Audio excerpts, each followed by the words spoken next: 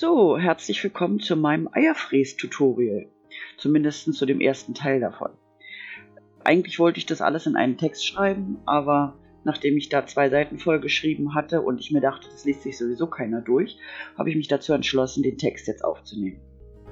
In diesem ersten Video geht es jetzt erstmal nur ums Anzeichnen. Jetzt mag der eine oder andere denken, ach wie langweilig, wir wollen das Fräsen sehen. Aber man darf nicht unterschätzen, dass das Anzeichnen fast genauso viel Arbeit kostet wie das Fräsen hinterher an sich. Da meine Eier bisher alles Unikate waren, ich also kein Musterbuch oder so habe, denke ich mir die Muster meistens erst beim Zeichnen aus. So auch bei diesem Ei, allerdings beschränke ich mich hier auf Standardelemente, damit das Video nicht zu lang wird. Ich beginne hier, indem ich das Ei als erstes in verschiedene Teile einteile, also quasi mir so eine Art Raster anzeichne. Dabei ist zu bemerken, dass halt Schablonen nicht wirklich funktionieren, da jedes Ei eine andere Größe hat. Also nicht symmetrisch ist. Bei meinen Eiern kommt noch dazu, und zwar nochmal einen herzlichen Dank an meine Mama, die das ganze Jahr über brav ihre Eier auspustet, damit ich dann vor Ostern die Eier fräsen kann. Und sie macht die Löcher auch nicht immer so mittig, was vom Prinzip her nicht schlimm ist, weil oben dann später sowieso eine Schleife raufkommt, aber wenn das Loch oben, wo es aufgehängt wird, nicht in der Mitte ist, dann hängt halt das Ei schief. Deswegen versuche ich das dann halt so ein bisschen auszugleichen. Notfalls muss ich das Loch ein bisschen größer machen.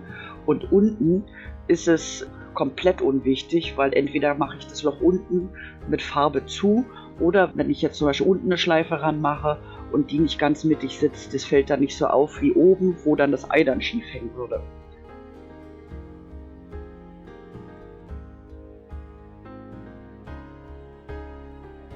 So, also ich habe jetzt hier die Raster angezeichnet und habe mich jetzt für so eine Schlangenlinie entschieden. Das heißt, das Raster ist schon zum größten Teil meine Linie und ich mache jetzt oben nur noch die runden Verbindungen und unten dementsprechend dann auch.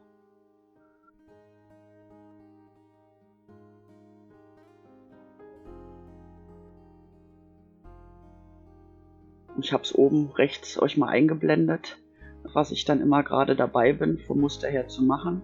Wobei ich das jetzt aber beim Schneiden des Videos nachträglich gemacht habe. Während ich das Video aufgezeichnet habe, war mir noch nicht bewusst, wohin die Reise geht. So zeichne ich hier nochmal alles nach, damit der Bleistift dann auch wirklich drauf sitzt, weil beim Fräsen, wenn die Hände dann zum Teil auch schwitzig sind, so leichte Linien schnell mal weg sind.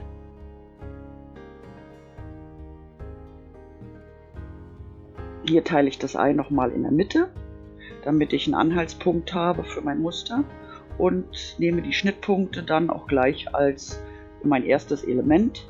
Das heißt, da kommen halt Löcher rein. Auf der Mitte der Eier, die Löcher, die sind immer ganz schön, weil da kann man dann hinterher auch eine Schleife durchziehen.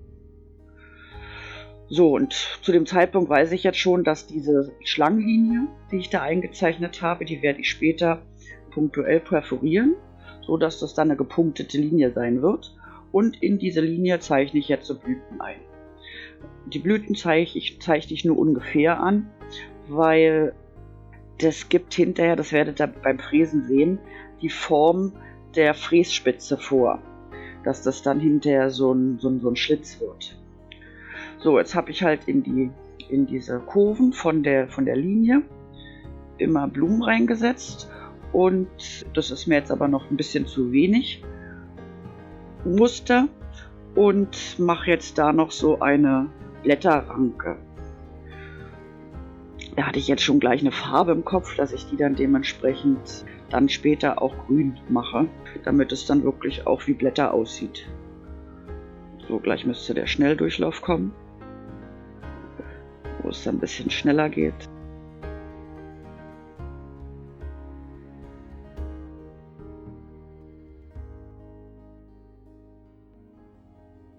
Ja, hier diesen einen Strich, den mache ich mir nur so als Hilfslinie. Und dann kommen in diese Blätterranken noch kleine Punkte, die dann sich hinterher später farbig abheben werden und dann sieht so aus wie kleine Blüten.